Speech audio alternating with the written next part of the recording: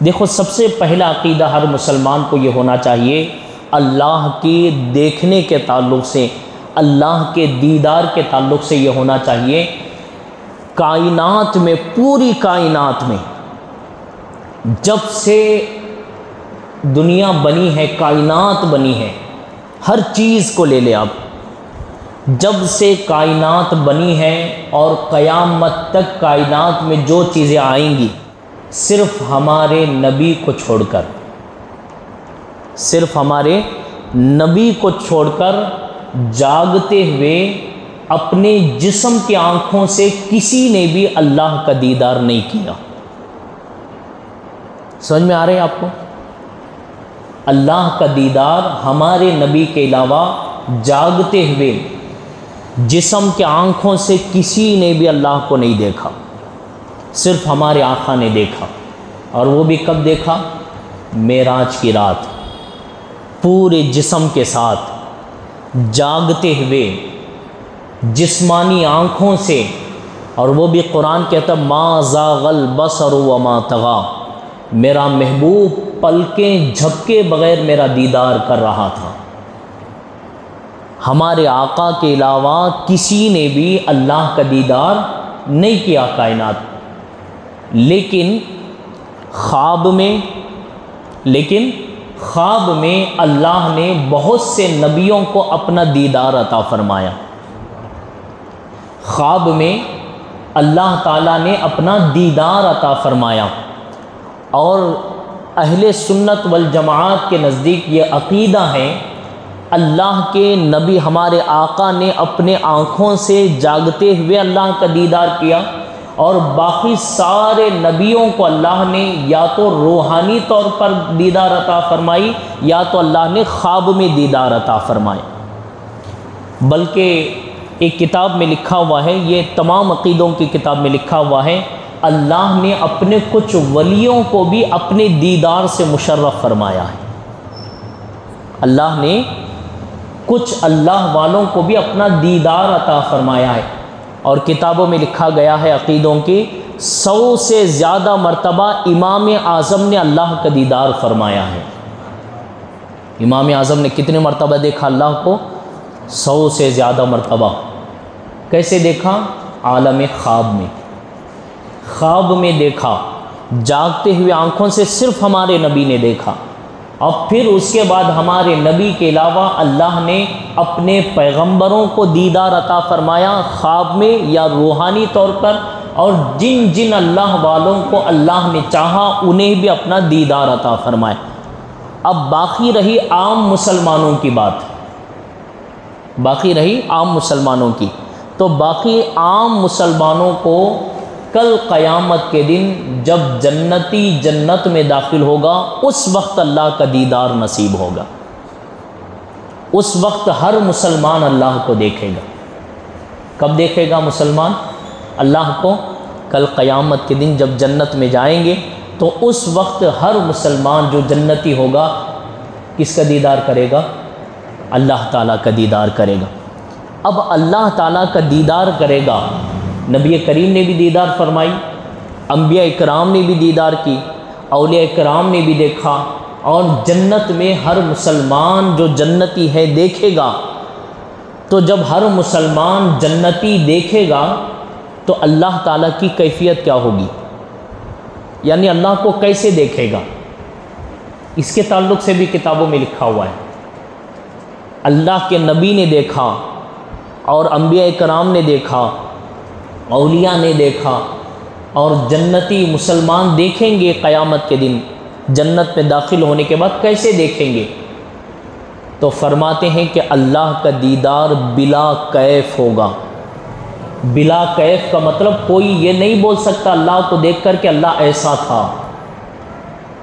سمجھ میں آ رہی ہے آپ کو بات؟ کوئی دیکھے گا اللہ تعالیٰ کو جب جنتی جنت میں دیکھے گا، تو کوئی یہ نہیں کہے گا کہ اللہ ایسا تھا، ایسا دکھتا تھا۔ بھائی کوئی بھی چیز کو دیکھتے ہیں، دیکھنے کے بعد بولتے ہیں کہ نہیں بولتے ہیں؟ یہ ایسا دکھتا تھا، یہ چیز ایسی دکھتی ہے، اس کا چہرہ ایسا ہے، اور اس کی بناوٹ ایسی ہے، بولتے ہیں کہ نہیں بولتے ہیں؟ لیکن کل قیامت کے دن اللہ کو جب دیکھیں گے تو اللہ تعالیٰ کو بلا کیف دیکھیں گے۔ کوئی یہ نہیں بیان کر سکتا کہ اللہ کیسا تھا۔ کیوں ہے معلوم ہے یہ بات؟ یہ اس لیے ہے کہ اگر کیسا تھا بول کے بولیں تو مطلب یہ ہے کہ خدا میں بندے میں فرق کیا ہے۔ اللہ دیکھو اپنی ذات کو کتنا پاک رکھا ہے، کتنا پاک ہے وہ کہ اپنا دیدار بندوں کو عطا کرتا ہے، تو بندے یہ نہیں کہہ سکتے کہ کیسا تھا۔ اسی لیے نبی کریم صلی اللہ تعالیٰ علیہ وسلم جب معراج سے واپس آئے، نبی نے جب یہ فرمایا کہ میں نے اللہ کا دیدار کیا، صحابہ نے پوچھا یا رسول اللہ اللہ کیسے ہیں؟ تو حضور نے فرمایا کہ اللہ کیسے ہیں یہ کوئی بیان نہیں کر سکتا، اللہ کیسے ہیں کوئی بیان نہیں کر سکتا، اللہ کی ذات کیسی ہے کوئی بیان نہیں کر سکتا۔ نبی نے نہیں بتایا کہ اللہ کیسا ہے، نبی نے فرمایا وہ بلا کیف ہے، کوئی بیان ہی نہیں کر سکتا کہ وہ کیسا ہے۔ اللہ کی ذات اتنی پاک ہیں، اتنی پاک ہیں کہ کوئی بیان ہی نہیں کر سکتے کہ اللہ کی ذات کیسی ہے۔ پھر اس کے بعد اللہ کو دیکھیں گے کیسے؟ ایک ایک آدمی جا کے دیکھے گا، یا ایک ایک گروپ جا کے دیکھیں گے، یا پورے جنتی ایک ساتھ مل کے دیکھیں گے؟ کیسے دیکھیں گے؟ اس کے تعلق سے بھی قرآن مجید میں اللہ نے فرمایا لا تدرکہ الابصار وہو یدرک الابصار۔ اللہ فرماتا ہے کسی کی آنکھوں میں وہ طاقت نہیں ہے کہ اللہ کی ذات کو اپنے آنکھوں میں سما لے، کسی کی آنکھوں میں وہ طاقت نہیں ہے کہ اللہ کی ذات کو اپنے آنکھوں میں سما لے۔ اللہ کی ذات کو دیکھے گا، جنتی جنت میں دیکھے گا، لیکن وہ سما نہیں سکتا، وہ یہ نہیں کہہ سکتا کہ اللہ کی ذات کیسی ہے، اتنی پاک اللہ کی ذات ہے۔ اب دیکھیں گے کیسے؟ نبی کریم صلی اللہ تعالیٰ علیہ وسلم نے صحابہ سے پوچھا کہ صحابہ نے حضور سے عرض کی کہ یا رسول اللہ ہم اللہ کو کیسے دیکھیں گے جنت میں، ہم اللہ کو جنت میں کیسے دیکھیں گے؟ تو نبی کریم صلی اللہ تعالیٰ علیہ وسلم اپنے صحابہ کو باہر لے کر آئے، اور باہر لے کر آئے تو رات کا وقت تھا، چاند نکلا ہوا تھا، رات کا وقت تھا، چاند نکلا ہوا تھا۔ حضور نے پوچھا کہ اے میرے صحابہ یہ چاند کو دیکھو، سارے لوگ چاند کو دیکھ رہے تھے، تو سارے لوگ جب چاند کو دیکھ رہے تھے تو نبی نے پوچھا کہ اے میرے صحابہ یہ بتاؤ چاند کو ایک نے دیکھا یا سب نے دیکھا؟ صحابہ نے عرض کیا یا رسول اللہ سب نے دیکھا۔ پھر حضور نے فرمایا کہ یہ بتاؤ چاند کو صرف ہم نے دیکھا یا جہاں جہاں سے لوگ ہیں زمین پہ موجود ہیں سب نے دیکھا ہے چاند کو؟ تو کہا جی ہاں یا رسول اللہ سارے لوگ دیکھ رہے ہیں، سارے انسان، صرف ہم مدینے والے نہیں دیکھ رہے ہیں بلکہ سارے انسان دیکھ رہے ہیں، چاند نکلا ہوا ہے۔ تو حضور نے پھر یہ اگزامپل دے کے سمجھایا جس طرح تم یہاں چاند کو دیکھ رہے ہو کسی ایک دو نے نہیں دیکھا، اسی طرح سارے جنتی مل کے اللہ کا دیدار کریں گے، سارے جنتی مل کے اللہ کا دیدار کریں گے۔ لیکن چاند پورا اپنے ذہن میں آتا ہے، اس کی ایک گولاوٹ ہے، اس کے ایک روشنی الگ ہے، لیکن نبی نے فرمایا کہ یہ چاند کو جس طرح دیکھ رہے ہو سارے جنتی دیکھیں گے، لیکن یہ چاند پورا تمہارے ذہن میں تمہارے آنکھوں میں ہے، لیکن اللہ کی ذات تمہارے ذہنوں سے تمہارے آنکھوں سے پاک ہے۔ کوئی یہ نہیں بول سکتا کہ اللہ کی ذات کیسی ہے۔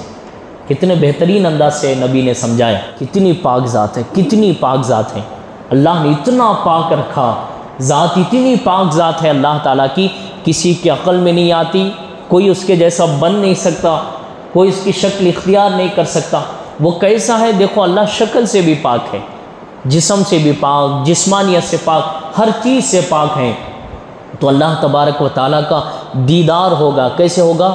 بلا کیف ہوگا، سب دیکھیں گے لیکن کیسے دیکھیں گے؟ اللہ کی ذات کیسے ہوگی کوئی نہیں بتا سکے گا، لیکن سب کو کیا ہوگا؟ قیامت کے دن جنتیوں کو جنت میں دیدار ہوگا۔ اسی لیے علماء اکرام بیان فرماتے ہیں، اسی لیے اعمال ایسا کرو، اعمال ایسے کرو، ایسے نیک بن کے دنیا سے جاؤ، کم سے کم یہ تو ارادہ ہو کہ ہم جنت میں صرف اس لیے جا رہے ہیں، کم سے کم ہم جس خدا کو مانتے ہیں اس خدا کا دیدار ہو، اس خدا کا دیدار۔